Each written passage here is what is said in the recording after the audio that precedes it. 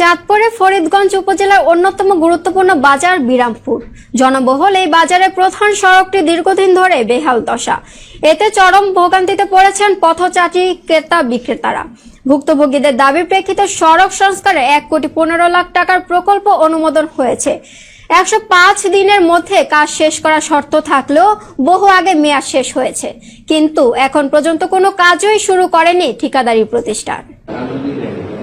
রাস্তার মেরামত করে দেয় ভাই, যে অবস্থা বাজারের বুঝলি কন্ডিশন দেয় না। আপনি মাছ দিয়ে এলে মনে করেন হাঙের মাছ এত বড় বড় হইব। যে বড় বাজার, যে বড় বাজার হয়েছে যে বেচা কিনা হয়, কোনো কিছু করে না বাজার হইতে কাম কাজ জানা কি অবস্থা নিয়েছে।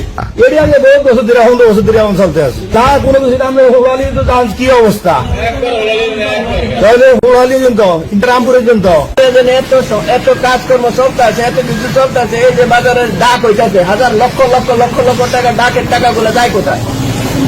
বাজারটা কি সংস্কার করতে পারে না? অন্তত পক্ষে একটা গুরুত্বপূর্ণ বিরামপুর বাজার কত ব্যবসায়ী, 400 ব্যবসায়ী আমাদের এই বাজারে, 400 ব্যবসায়ী, 400 দোকানদার। সোলাখালী থেকে আমাদের রামপুর পর্যন্ত এই রাস্তাটা সংস্কার হয়নি।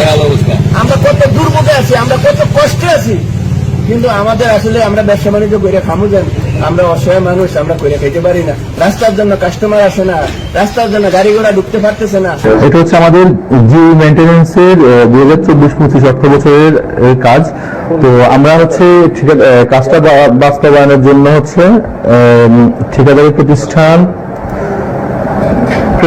বরাবর হচ্ছে কার্যদেশ প্রদান করা হয়েছিল এবং 15/4/2025 সালে হচ্ছে কাজটা শেষ হওয়ার কথা, কিন্তু হচ্ছে ঠিকাদারি প্রতিষ্ঠানকে আমরা বারবার তাগিদপত্র দিয়ে, মৌখিকভাবে তাগিদপত্র দিয়ে এবং লিখিতভাবে জানিয়ে এখন পর্যন্ত কাজটা স্টার্টই করে নেই।